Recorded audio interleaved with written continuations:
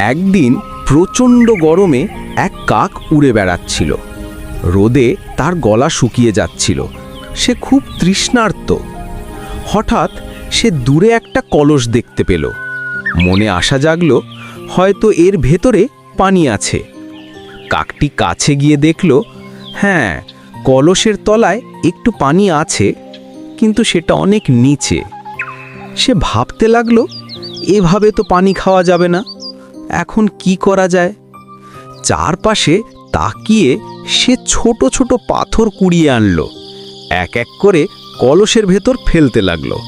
অল্প কিছুক্ষণ পর পানির স্তর ধীরে ধীরে উপরে উঠতে শুরু করলো।